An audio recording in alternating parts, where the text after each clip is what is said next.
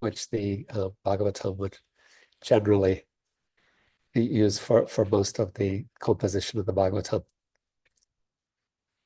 So I'm not going to try to read this Vedic Sanskrit. I'm going to go to the English translation. Only if they become your faithful followers are those who breathe actually alive. Otherwise, their breathing is like that of a bellows. Hare Krishna Prabhu. It is by your mercy alone that the elements, beginning with the Mahat Tattva and false ego, create the egg of this universe. Among the manifestations known as Annamaya and so forth, you are the ultimate one, entering within the material coverings along with the living entity and assuming the same form as those he takes. Distinct from the gross and subtle material manifestations, you are the reality underlying them all. Wonderful. Commentary. Life is without purpose for one who remains ignorant of his most well-wishing benefactor and thus fails to worship him. Such a person's breathing is no better than the breathing of a blacksmith's bellows. A deep sigh here from Adipurush Prabhu. The gift of human life is a fortunate opportunity for the conditioned soul. But by turning away from his Lord, the living being commits spiritual suicide.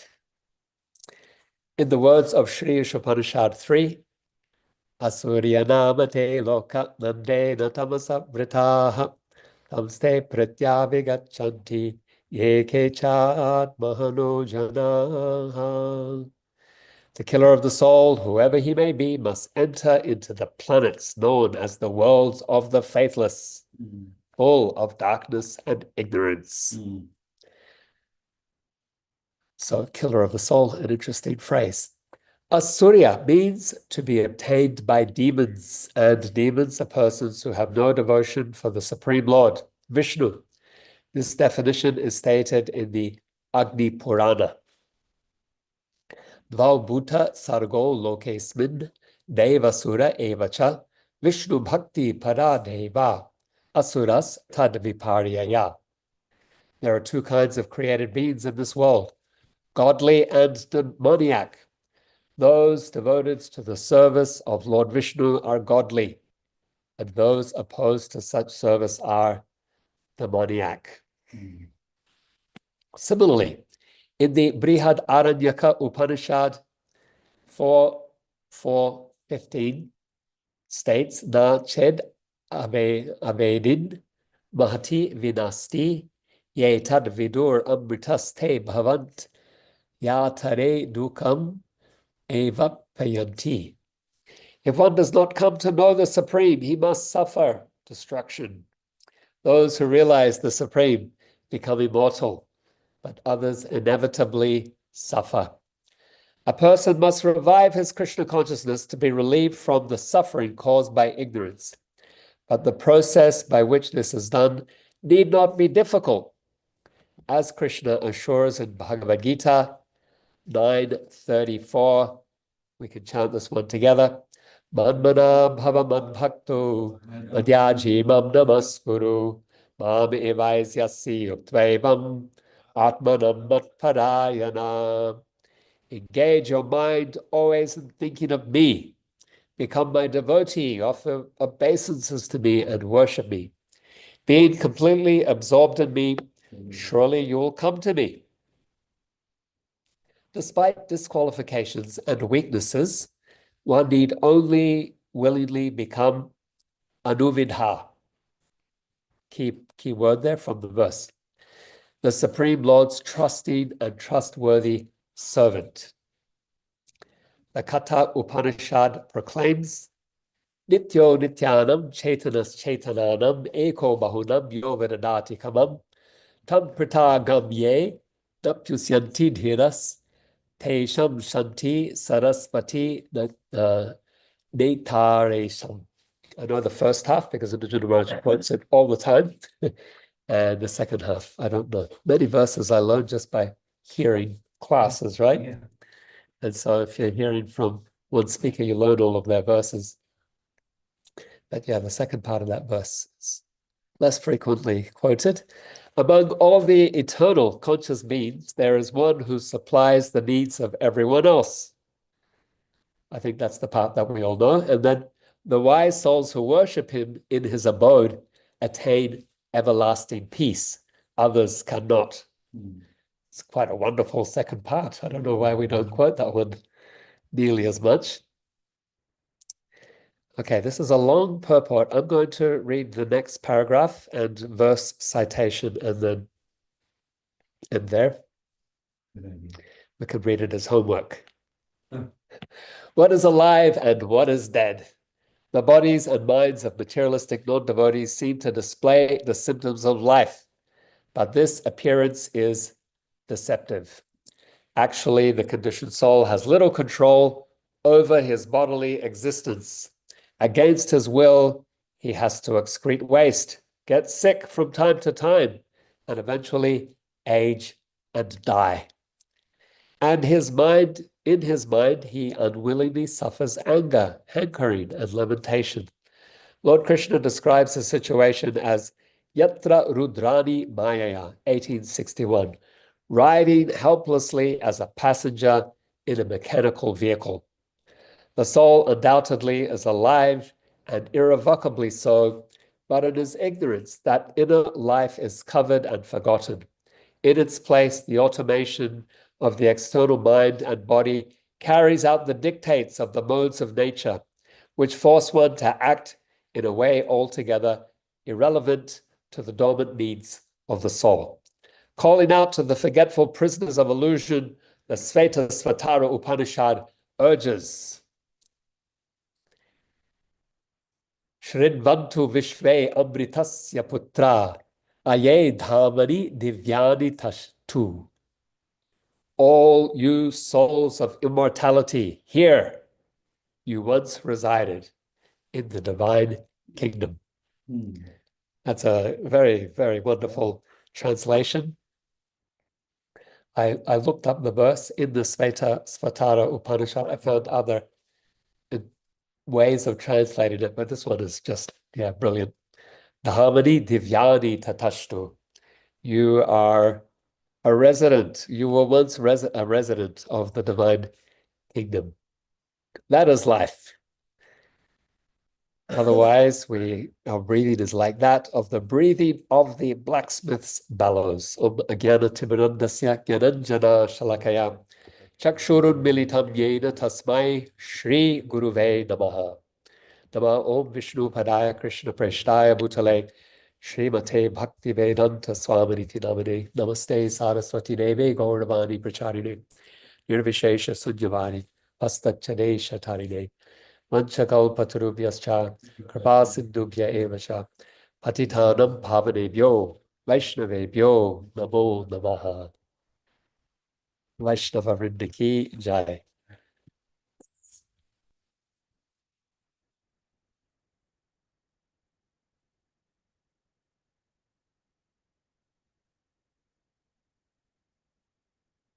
So, good morning, dear Vaishnavas, dear devotees. Very wonderful verse. Bhagavatam uses this imagery or metaphor of the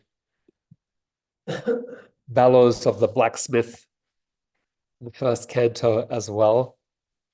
Sutta, Sanakarishi Sutta Goswami's conversation there. Do the bellows of the blacksmith not breathe? Breathing in this understanding, not a great accomplishment. Even the blacksmith's bellows breathe. But they don't live.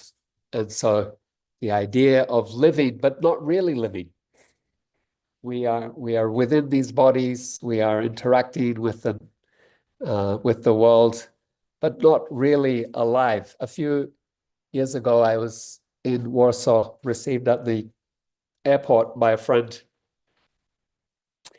He took me in his car. We were happy to see one another. We became immersed in conversation, catching up on how other friends and other devotees were, what they're doing, the yatra, and so on.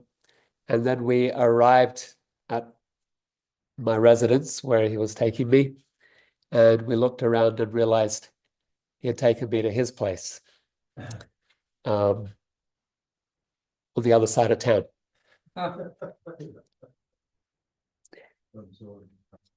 So absorbed in the conversation, but driving well, fully aware of the road and the vehicles and so on, but at the same time, checked out. And so we often do this. We have an intention to sit and chant japa, and then at some point realize we're walking, so maybe we're in the kitchen looking for a snack, or maybe we're scrolling the internet, scrolling on our phone, looking at Instagram or something. So much of our behavior is unconscious, automatic, automated. The purport says, being driven by the three modes of material nature, being dictated. We're like a passenger in a machine that's in automotion. It was very beautifully written. And so,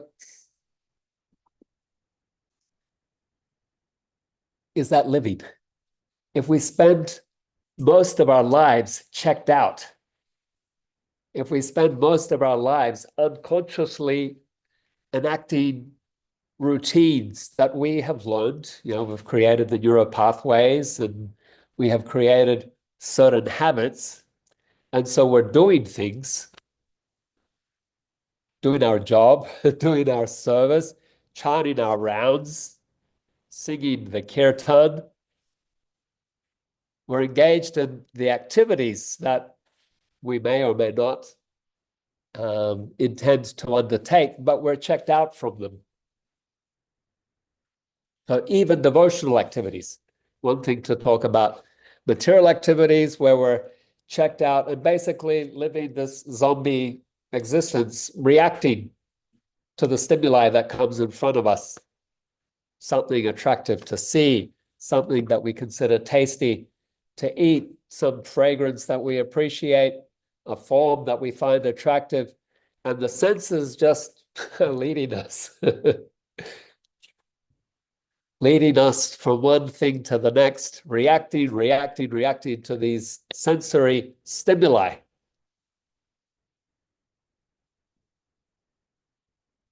And somebody says something that triggers us. Well, we might be triggered to laugh. We might be triggered to reach for our wallets and purchase.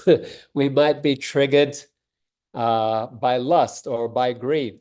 Or somebody says something that triggers us with anger. Our faces flush red. Our muscles tense. We say something back that later on we think, why did I say that? Who said that? What was I thinking? No, you weren't thinking. On the email, we send our agitated response. Reactive response, and find ourselves ensnared in some kind of toxic communication that undermines our relationships, our care and love for one another as human beings, as people, and what to speak of as Vaishnavas. The lust, anger, greed, pride, avarice, these are all things that get triggered within us. We react with these are the three modes of material nature acting within us.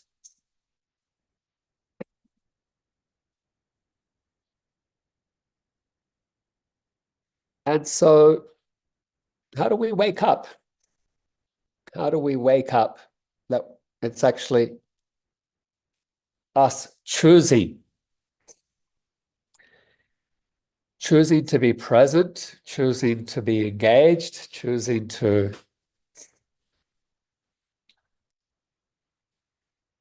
respond with attention and intention. One thing in life, and then here, this verse is talking about actual life as spiritual life. How do we wake up to our spiritual nature? There's a beautiful passage in the 11th canto of the Bhagavatam that I've been meditating on, because I'm reading the 11th canto right now, and the Hamsa Gita. So I find the 11th canto quite mysterious. This is my third reading, conscious, purposeful reading, going through, and I'm appreciating it more and more. And there are different Gitas in the 11th canto. The entire 11th canto is called the Uddhava Gita. It's very aware of the Bhagavad Gita, because at times when Uddhava asks a question, Krishna says, Arjuna asked me that question on the battlefield of Kurukshetra. So there's a very conscious awareness of the Bhagavad Gita in the Uddhava Gita. And there's something that the Uddhava Gita does, and that is it always takes it just that step further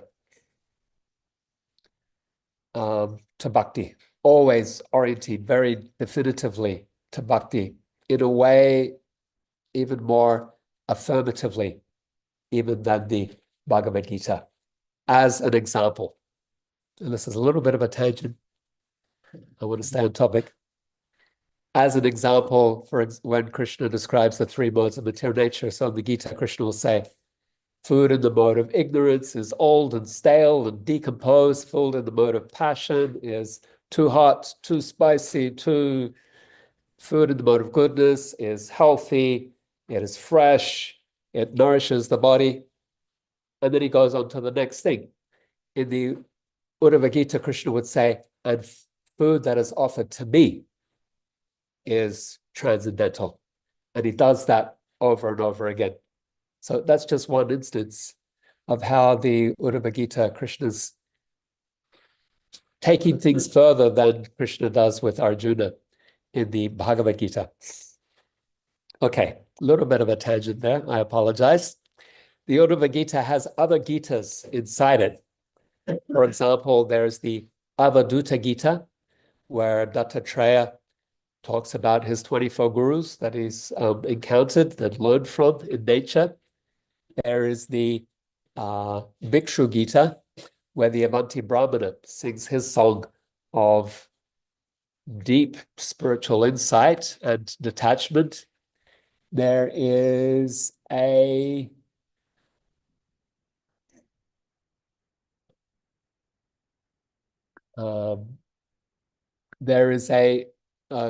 Aila Gita of Pururava, the great king who fell in love with Urvashi. You read about him in the 9th canto. 11th canto continues his story. 9th canto, you leave him kind of in a lost situation. Well, he gets Urvasi. He's living with her in Gandharva Loka. And you might assume they live happily ever after, except that doesn't happen in the material world. In the 11th canto, you meet him, and he's saying, oh, what did I get myself into? Where am I?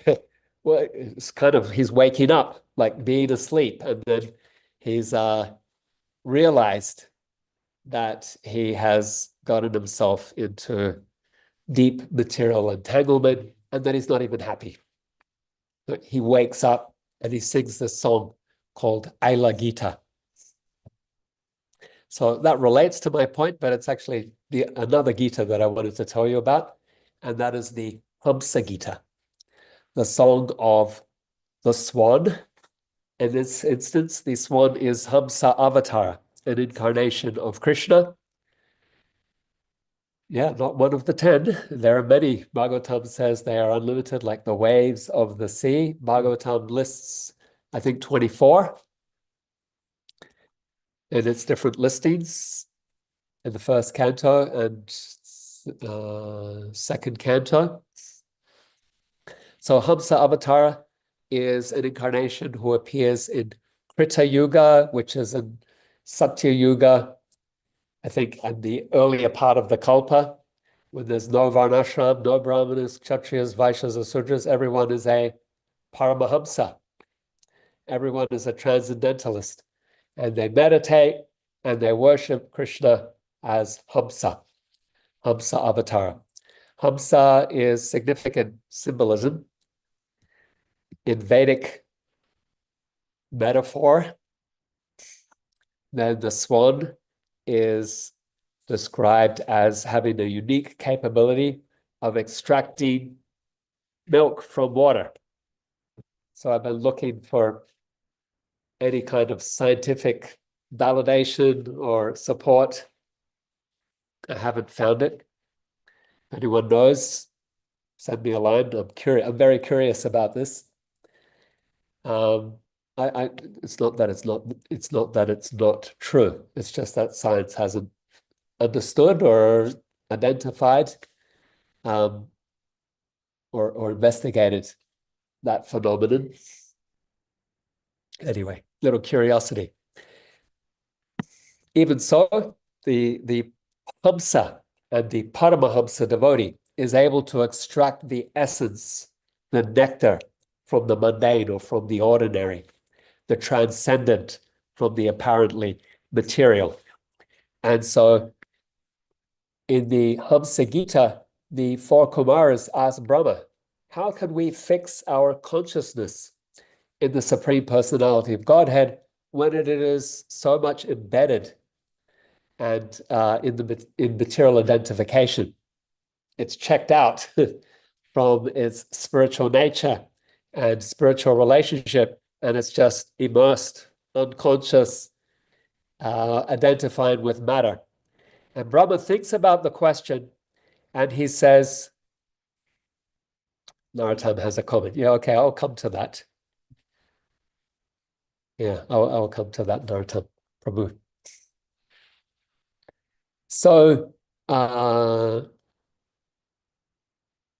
they ask Brahma, and he thinks about the question. He says, I'm not really qualified to answer this because I myself engage in creation and my consciousness is immersed, diffused in the material nature as well. And so he prays to Krishna for guidance, how to answer this question.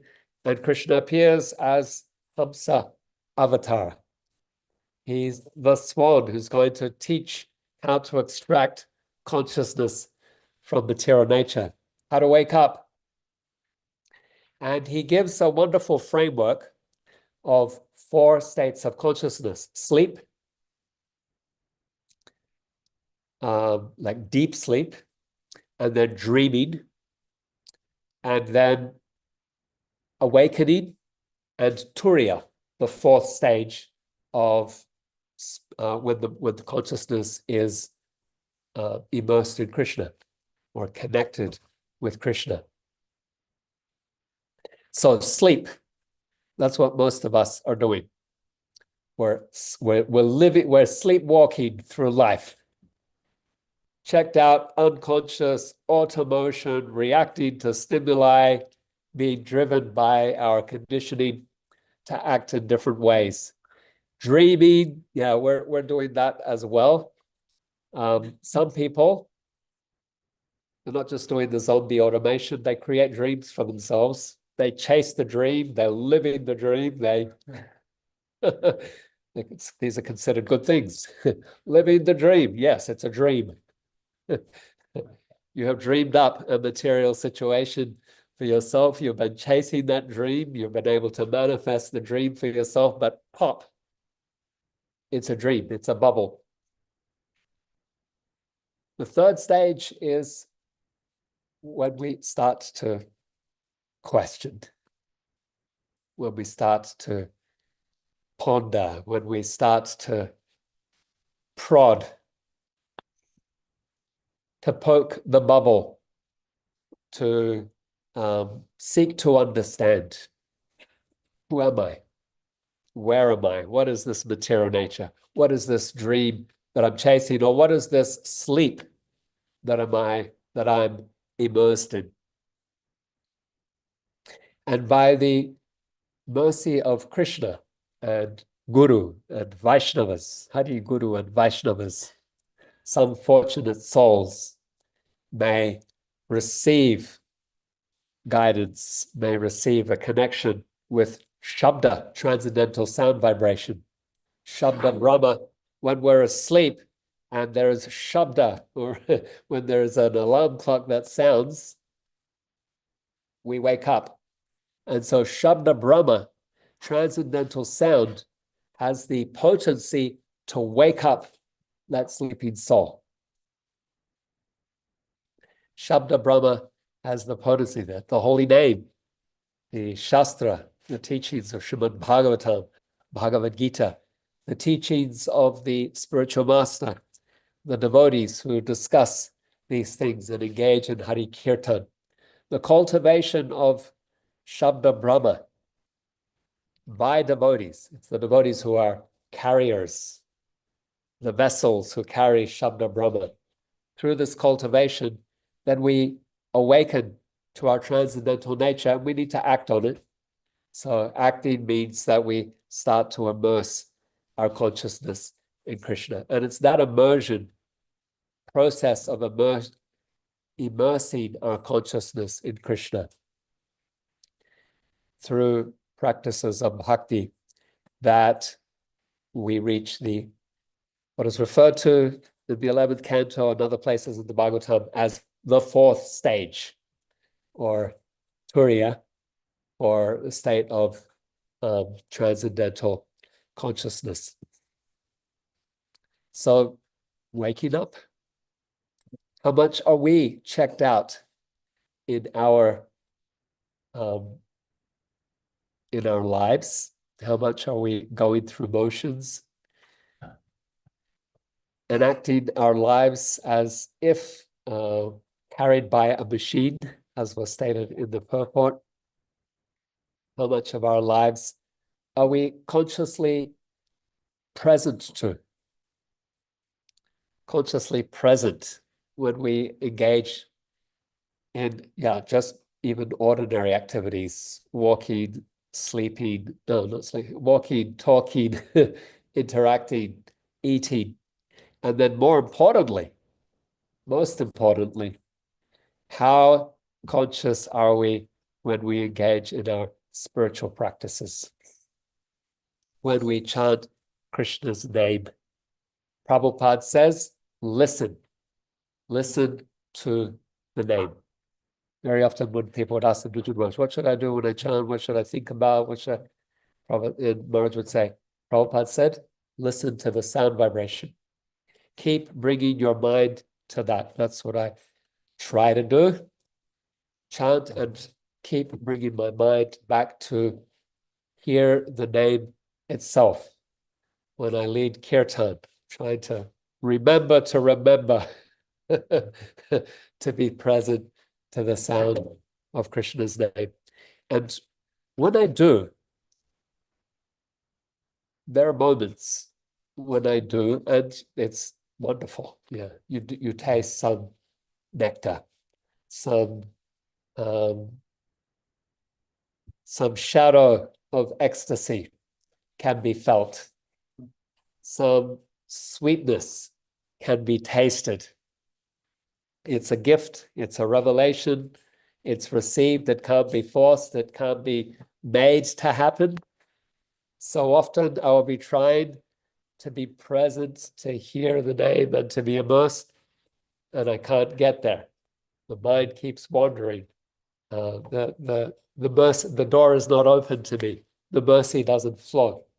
And then there are moments when Krishna says, here, have a little, have a little taste, get a little tiny experience of what this is, of what awaits you. on the other side. So that opportunity is there for all of us as we see the deity. Do we see or do we see? As we hear the Bhagavatam, do we hear or do we actually listen and hear? When we chant the holy name, do we chant or do we chant present with attention, with focus? The more we do, consciously choose to be present to our lives, waking up from the sleep, from the dream, choose to be present to our spiritual practice, then the more effective this process will be. The process will be effective. The holy name is transcendental. The effect will be there. But the more quickly we will be able to enter a state when we are awake, we are present, we are alive. We're not just breathing as the blacksmith's bellows, but we are really living a life and offering that life to Krishna, in service. So I will conclude there. Thank you for this opportunity. And I'll just comment, Narottam says, I heard Indradyumna Maharaj has observed this phenomenon by pouring milk in a lake with swans back in the 70s. So I can comment on that. That was a disciple of Indradyumna Maharaj named Shanti Parayana Prabhu, very wonderful devotee in Australia. So he told Maharaj that once he was on traveling Sankirtan with some brahmacharis, they cooked breakfast, there was some milk left. They were all satiated. None of them could finish the milk. And there were some swans nearby. And so one of the devotees said, well, what about the swans? They can drink the milk out of the water. Mm. So they poured the milk into the lake. And they say that they saw the swan drink the milk and drink milk and water, but they believe they saw the swan has some holes at the top of its beak, that the water was coming out the top and the swan was drinking the milk, the more solid, like the more dense milk substance. That was their observation. So Indradyumna Maharaj, sometimes he recounts Shanti Parayana's experiment. I think that's a good start. Further experimentation required. Of course, we accept the authority of Shastra, so we just accept that authority anyway, but it's sometimes interesting to also look to see how Shastra is supported by Pratyaksha, Anuman, Shabda, 3 types of evidence. There are others, but in Vedanta, 3 types of evidence. Krishna also gives credence to Pratyaksha. He says Krishna consciousness is experienced with our senses as tangibly something that makes us happy. Pratyaksha vagamam dharmyam susukam kartum avyayam. You can tangibly verify this for yourself. Okay, any other comment or question? Janitai Prabhu? Comment on the milk and then a question. Oh, yeah, okay. I grew up, my uncle had swans. Yeah. And we used to watch them drink, and the way that they drank, I don't remember the wording. I noticed we didn't specifically do milk, but they would drink in such a way that they would lift and they would move their lower bit, and some stuff would come out, and then they would swallow. Oh, okay. That's one thing, but also what I detected or what I heard from what you said is 2 different things. One is separating milk from water, and one is manifesting milk from water. What I heard you say was manifest milk from water. Oh, no, separating. Yeah. Because I don't know if it's one. Right. Yeah. No. So anyway, that was just a comment. The other thing was Have you thought about that before, or is that you're just thinking about that now? How the swans drink in relation to that question. Misunderstood. Because they drink from lakes that are filthy Right, also. I mean, Right. usually you find them clear, not swimming, right, but they also swim. But right, you'll see they'll drink, but they do this thing with their lower beak. right. Yeah, good. Thank you for that. The question was around a robotic behavior being checked out, Yeah. especially during our sadhana. Yeah, So, yeah, where is that line between being regulated, like Raghunath Das Goswami's sadhana was like lines in stone, and then being robotic? yeah, So is it that, it's. yeah, good question. And your question reminds me of a response. Sri Prahlad Prabhu, what was the question? We couldn't really hear it. I'm sorry. Okay, so the question was, where's the line between being disciplined and regulated in our devotional practice and being Robotic. Automated. automated? Yeah, okay. So being disciplined and automated. So where's that line? Thank you for the question. And sometimes this question comes to between quality and quantity as well. Slightly different question, but devotees will say, should I chant should I chant like 4 really attentive rounds or 16 checked out rounds? And of course, it's not a good question. There's a problem with the question itself. Because the dichotomy is being made between quality and quantity. And the challenge is that because I have a figure of quantity, then my tendency is to give up on the quality, just get them done because of, the rigid lines on stone, and, I might do it in a manner that's checked out. And so when this question is asked, then I often say, but why does it have to be, one or the other? Can we chant 16 rounds attentively? Can we chant consciously and purposefully? If we can chant 4 consciously, purposefully, then we could possibly chant 5 or 6 or 10 like that as well. So at least the ideal will be chanting a fixed number each day, and ideally we're chanting a fixed number attentively. In terms of regulation and very good question.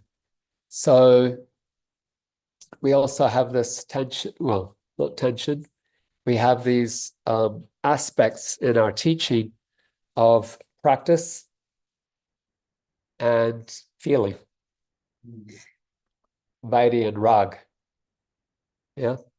So Vaidhi means we follow something because out of duty, because the Vedic conjunction says you should be doing it, and we do it according to the rules, without speculating too much. In Rag, it's done spontaneously. There's a desire, there's a taste. I want to do this. I want to chant constantly. And so, what's 16 rounds? When you want to chant, you have the taste to chant constantly. 16 rounds is superfluous for someone who's always chanting. And so we say, you need to start with it as an injunction. As long as we're attached to the material nature, we need to have a rule that we commit to, and it becomes our practice, as in practice. And then over time, as we engage in that practice, we'll be purified, and then that sentiment will start to manifest as well, and it can lead us. We can trust our sentiment to lead us right. So automation and in relation to vidhi, following the rule. Again, I would say, yeah, in the beginning stages, it could very well be like that. And it's no reason to say, well, that's just where I'm at. So, Come on, okay. come here. Next question. So, someone needs to mute. Maybe it's Bhima Prabhu Of course, it's Bhima Prabhu. It's always me. Hold on. talking to the horses. So yeah, in the beginning stages, automation, I mean, absolutely to have some practice is better than no practice. We honor all Vaishnavas. Chaitanya Mahaprabhu says, anyone who says Krishna's name once is a Vaishnava and worthy of our honor, to be served as a Vaishnava. And then, of course, he goes further to say one who's taken a commitment, a vow, who's engaged in regular sadhana is a Vaishnava. And then he goes to the highest level and says that one who has taste and has all good qualities and love is a Vaishnava. So in this, automation, that's a good step. Bhakti as automation is a good step for the beginning, but we should be seeking, as in good Nicha Marjana, to keep cleaning the temple and moving to deeper levels where we are present to our chanting. And as we practice, we'll find it becomes possible to fix the mind more steadily in the holy name. As we engage, we'll find we do start to get some taste and love for Bhagavatam. Our senses start to recalibrate, we retune them. And that attachment for Krishna actually starts to awaken within them. Thank you. Adipurush Prabhu, I'm handing and then I see Min and Bhima have hands raised as well. Hare Krishna, wonderful. This whole concept, just like you're talking about a level of just spontaneously glorifying Krishna, the personified Vedas, it's all they do. It's practically as natural as breathing. And there's a thing in the Bible where Jesus said, if you tried to stop me from saying what I'm saying, the basic truth about the existence of God, the goodness of God, these stones would rise up because every molecule of the creation is actually glorifying the Lord. Okay. So it's nice to think of that, and that it's natural to glorify Krishna.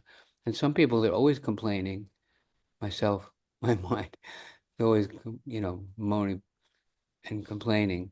But on another level, which is our normal healthy condition, then everything we say is about glorifying Krishna.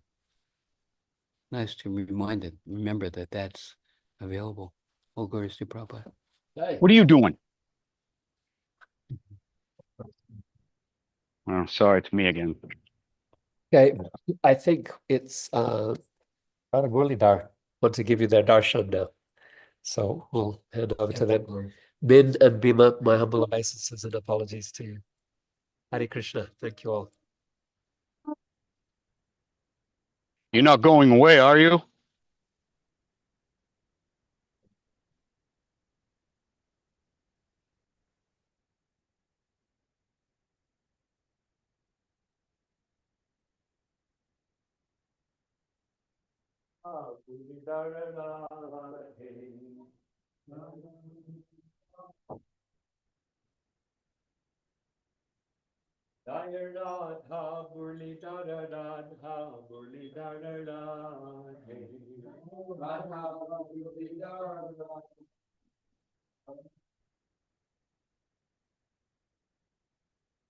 Jaya Gaura Chandra, Gaura Chandra, Gaura Chandra, Jaya Gaura Chandra. Jaya Gaura Chandra, Jaya Gaura Chandra, Gaura Chandra,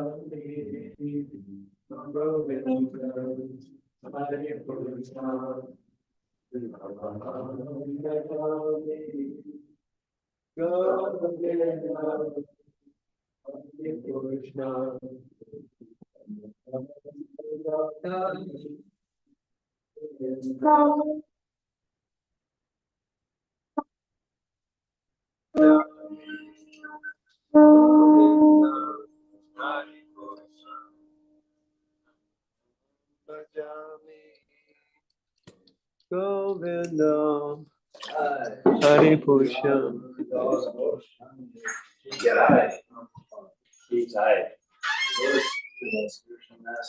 On the only way by which we can attain pure devotion service. I bow down to the sea with great honor. By his grace, His graceful devotion of self-suffering, and obtain the mercy of Krishna. by which I have my conscience purified. By the words emanating from the lotus mouth, pass into the lotus feet is a perfection that fulfills all desire. He opens my dark eyes, fills my heart with transcendental knowledge.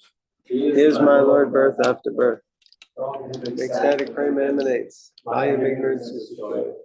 Vedic scriptures sing in his character. Our spiritual masters, the ocean of mercy, the friend of the world, Lord of master devotees. O Master, be merciful unto us. Give us the shade in your lotus feet. Your face for the love of the three worlds. We take shelter of your lotus feet.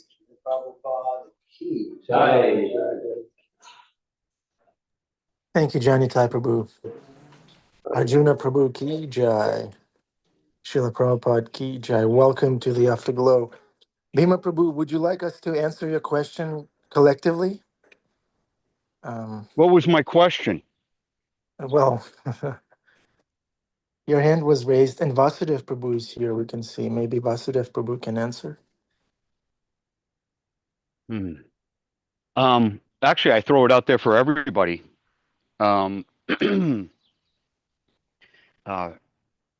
We mentioned that, like the pursuit of the dream, and we all have that trajectory. But it's not like, Arjuna had his dharma, and Krishna was his chariot driver. And, we talk about sadhana and, chanting the holy name. And if you combine those two things and then you put them together with Lord Chaitanya's Jeev Jago, what you get is that the reason why we're not concentrating on the holy name is because we believe that there's something more important to concentrate on. That's all there is to it. So pay attention to where your mind is going and then face that and put it in its proper place, because it'll always creep up. It's the shadow. It's the shadow of, it's your subconsciousness, like your upbringing and your doubts, especially those of us who weren't born in the movement or weren't born into the mode of goodness, but basically, things that you got to be worked through. So Krishna helps you work it through by actually showing you what's in between you and him. And that's that sort of Jeev Jago, waking up, seeing in a mirror clearly rather than a mirror that's all covered in dust. And sometimes he'll slap you awake or put some those pneumonia cracks, right? When somebody gets knocked out, they used to crack open ammonia snaps, and that would wake you up. So we have these. You have, as I mentioned yesterday, the Queen Kunti's prayers, let calamities come again and again. And it's not necessarily, of course, we are in war right now, and we will all be affected very soon by this war as it spreads. And this is a calamity. There's no doubt, no meaning to it, except for demons versus demons. We all know. So those calamities, hell, I'll just give it an example and then I'll sign off. I'm rambling. Last night I lost my iPhone. This is a different one. Last night I lost my iPhone. And the first thing I thought is, okay, Krishna, what do you want me to pay attention to here? What you're waking me up to, because it's a panic. You got all of your information. You got to go to the store and reboot it and stuff. All of a sudden, your life is interrupted, at least by virtue of the iPhone being missing with all your information on it. And the first thing I think, of course, you scramble to look for it, but you also say, okay, Krishna, what are you having me pay attention to? And it reminds you, whether it be a war across the ocean or, all of a sudden your ability to get home from 2 hours away through winding paths by virtue of a vehicle on highway you've never been on, no navigation. It's sort of like a metaphor for, what would you do without me type of thing. Krishna says, geez, I just take away your iPhone and you're lost. Okay, what to speak of bombs dropping on buildings.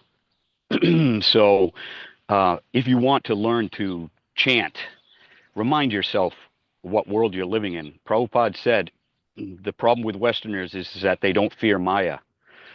And, Maya isn't just this delightful little, second glance at beauty that isn't yours for the sake of your enjoyment. Maya will be full on, calamity after calamity. So the thing is to not flinch, because Krishna is going to throw that your way. He's going to throw these tests your way, and you have to face them and you got to walk through them, hopefully remembering the holy name. And then on the other side, you just made some real progress. So we shouldn't look to easy rounds. We should look to a hard life that makes us chant real hard. Hare Krishna. Thank you, Bhima Prabhu. Min had their hand up. And we have Adipusha Prabhu, who can answer any question by saying how wonderful is Krishna, mostly. Great. Thank you so much. We heard this 4 stages of our soul, from being in sleep and dreaming and awakening and being connected to Krishna. I could look back in my life, and even like throughout the day, we could kind of detect where we have been. And it's clear when I look back at my life where I was asleep, really, and dreaming. But the interesting thing is, I wish that I sort of went through those stages, and that I'm in a stage at least where living my life trying to be awoken. But I study myself, and I still behave in this zombie-like ways, especially when it comes to psychological and emotional sort of responses, reactions. I still have this things that's just still there that I can't seem to see very clearly. And even dreaming aspect, I try to plan my life ahead, and I get confused as to if it's really for Krishna or if I'm just acting out of my own interest. Not sure. And so, and in more detailed way, I find myself doing things that's not conducive for Krishna consciousness. Not always, but for instance, I naturally have interest in like stories, story development, and images and productions of films. So I like watching films. But I'm very careful not to involve myself in miniseries or something like that because I could just get sucked in. But sometimes I think I can control myself. Just watch one episode once in a while and just, study that. But I get sucked in and I'm just in it. And I've been having this feeling when I'm in that stage. I know that it's not helpful for me, for my spiritual life, because I've sort of gone over this state of portion where, okay, just one thing, and then you take away something that's useful for you and stop. I'm just in it. So I'm, just in there. And if I'm aware of what I'm doing, and it doesn't feel good, but I can't get out of it. It's sort of akin to like something like I have dear friends who struggle through addictions. And it kind of feels like that. Like I know what I'm doing and it feels terrible, but I can't get out of it. Um, what do you do at those times? It's not like I'm completely a zombie and I don't know what's going on and I'm just on autopilot. I'm kind of aware that this is not helping me, but I can't divorce myself from it. Can I answer that? Yes. Sure, you want to hear from me? Yes. Might not be what you want to hear, that's for sure. I am taken by the fact that you said that you are rather drawn to the story, the storyline, the other worlds that can be created in the imagination of man's mind. And then, if becoming inspired, you create according to Krishna's mind. And that's where Shastra comes from. That's where all the wonderful stories come from. That's how Vasudev and all the great acharyas who wrote, including Prabhupada. Prabhupada used to say his writing, his purports, was samadhi.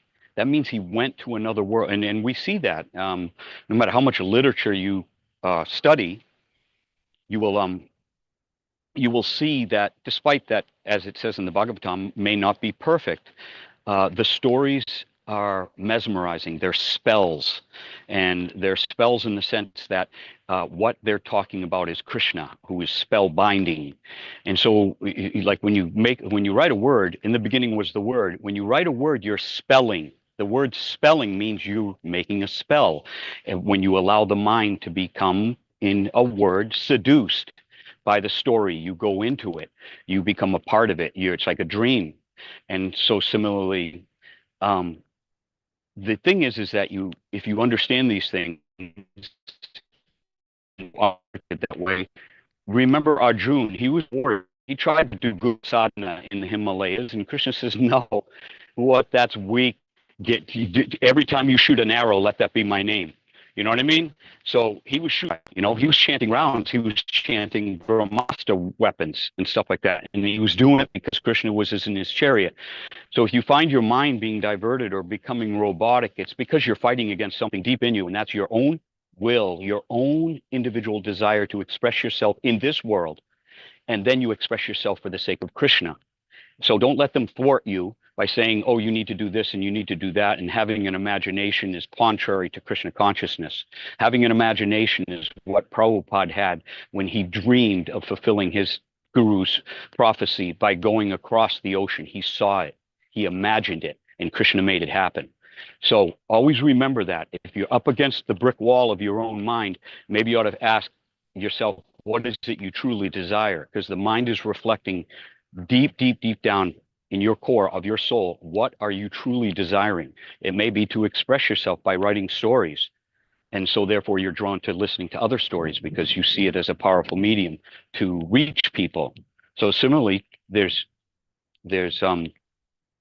Sangha, the woman's Sangha at the Bhakti Center. I can't remember what it's called. Are you a part Devi of that Sang- sangha, Bhima Prabhu? Yes, I am. But my name is Anonymasi Devidasi. Yeah, Rukmini runs it, and it's poetry, and the women get amongst themselves, and they, talk about literature. They talk about Mirabai. Who's Nityananda's wife? Nityananda's wife, who went on Prabhu. Krishna Mangala. No, no, Janua. no, no, no, Janua. no, no, no. What's that? Janava. Janua Devi. Yeah. In Shastra. So Jana Devi, there's a whole sangha for women to express themselves creatively and encourage each other's. Achyuta Gopi is in that.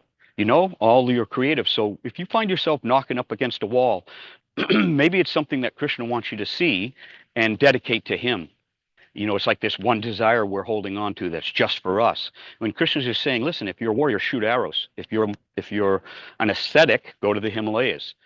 So, we can learn a lot from the things that we have to get past. Hare Krishna.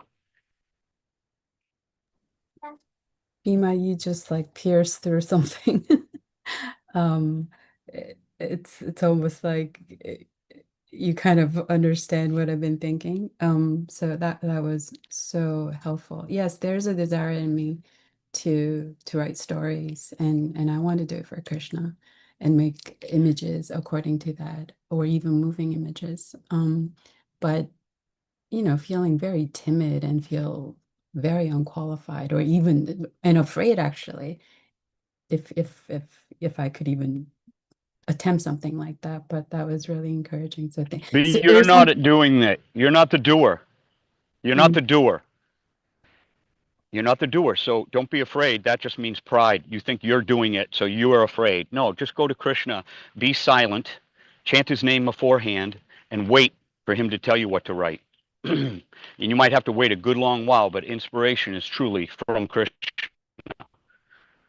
And if you saturate yourself, like Einstein, he did all these formulas over and over for months, years, trying to find what was it, the common thread, universal theory, and one, which was E equals mc squared, energy equals mass times the speed of light, exponential squared. Yeah.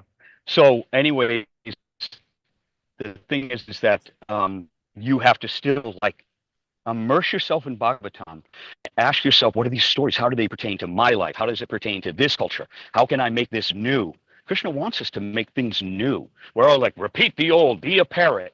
And that's true. You've got to do that first. But then we have consciousness. We want to be creative. And Krishna encourages that. Think about when you look at a picture of Krishna that one of those artists have painted. By virtue of instruction from Srila Prabhupada, one-on-one, those artists literally painted windows into the spiritual world. So if you chant and stare at Krishna sitting on a stump next to a peacock in all his regal, in his crown of wild forest flowers and banyan and holding a banyan staff, if you picture that and you allow yourself to go there, then that's the wonder of the imagination. That's the wonder of imagining yourself. And then by virtue of that, you develop a yearning. And if it's in the writer, it'll be in the reader, meaning that if you are true to your seeking after Krishna, no matter how far away we are, if you're true to that path, then that will come through in your writing, and others will come along on that path right where you're at and join you. That's why it's so important that people be creative at all times in Krishna consciousness. I'm sorry, I'm rambling on. Hare Krishna. this is so helpful because by nature, that's sort of what I do. I all my life I've made art and images, and coming to Krishna consciousness, I kind of took a hiatus from that because I know that I found something so amazing. I really want to know about it. And it seems like that Krishna is helping me to grow in it. So I'm so thankful, but I'm having a little bit of difficulty sort of correlating and bringing my own nature into the practice, and because it feels I feel timid and I feel inadequate in many ways, but yeah, this is so helpful. Thank you so much. Just take association. Find out. They know at the Bhakti Center, Devi Sangha. I can't remember offhand what it is. It's very important, and a lot of women who are Urban creative Davy. get involved in this. Urban Davy. Urban Davy, yeah, Urban Davy. Woman is woman's best friend. So hang out with your best friends, and they will set your mind straight because they're already on the path. Especially Rukmini Devi. Hare Krishna. Thank you. Adipusha Prabhu. Hare Krishna. Wonderful question as usual. Powerful, heartfelt answer from Uncle Bhima. A couple of things you touched on. Prabhupada said one time, somebody who was smoking cigarettes, he said, okay, so smoke one less a day. And when you light the cigarette, say, I know that this is not pleasing to my spiritual master. I know that this is not going to help my spiritual progress. And Krishna, you're on the path. You're on your way. Don't doubt that. You also mentioned the 12-step meeting. And the first step is what? I mean, what's the first step? Sleeping state. Huh? Sleep stage. The first step of the 12-step meeting is 12 step. get out of denial. The first step is, you know what? I've got a problem. Mm-hmm. I've got an attachment here that I can't stop. So you work that first step. You're doing that. And then you're working the second step. What is that? Do you know? I don't know. Second step is to remember that there's a power, a higher power, capable. After I say, I can't do it alone, I can't stop, I can't change this habit. The next step is to remember, to acknowledge that there's a higher power that can actually help me do it. Then the third step is to turn our life over to that higher power and take one little baby step at a time in the right direction.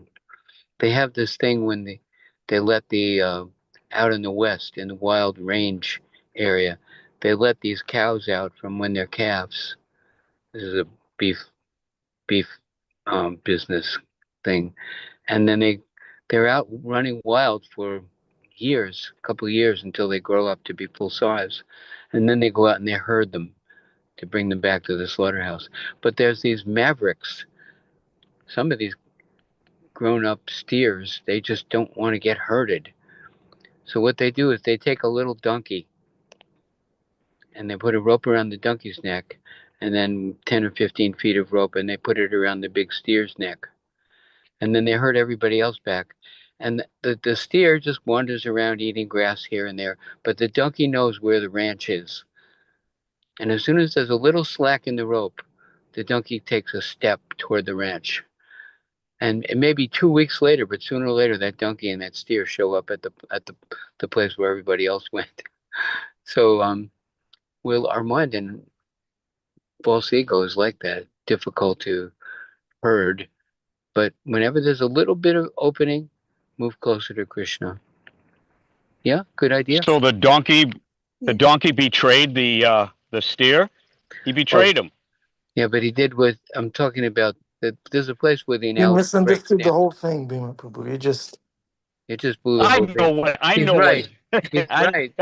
The donkey brought the steer to the That's a slaughterhouse. terrible example. It's a horrible. Make up that story differently. Call it a dairy farm or something. But you got to buffer that. I'm just telling the truth as I heard it. But the point is, take one step in the right direction, one step at a time in the right direction, and we're a work in progress. Nothing wrong with that. That's pleasing to Krishna. Even if we may not be perfect now, if we're doing our humble best, Krishna sees our endeavor, our nice desire, and we're trying to please him, and he's satisfied. So you're already successful. Thank you so much. More glory to Prabhupada. Venu Madhuri once said, power of incrementalism. Incrementalism is take baby steps. Venu Madhuri, is that Yeah, incrementalism? It's a just fancy make word. Yeah. just make sure you don't tether yourself to a jackass. That's all. Sorry, I was trying to come off mute. What's that? What's incrementalism, Venu Madhuri? Is that incrementalism when you take small steps towards the big goal? Yes. Okay. Yeah, we just quoted you. Oh, sorry. I'm driving and just had to put the phone down a minute. Sorry. No worries. Thank you for being here. Driving to Prema, listening to the Bhagavatam. Yeah, men, writers must write, dancers must dance for Krishna. Go ahead. Time will pass anyway. Why not? Why not do? Why not be the person we've always wanted to be for Krishna? Shash. Ananda Yeah. Bihari's Yeah. What? Ananda Bihari's the ballerina of 8th Avenue. Yeah. He prances, he does the leaps, jetés down the hallways. Correct. Yeah, carrying you, Bhima Prabhu. Oh no, you carrying me.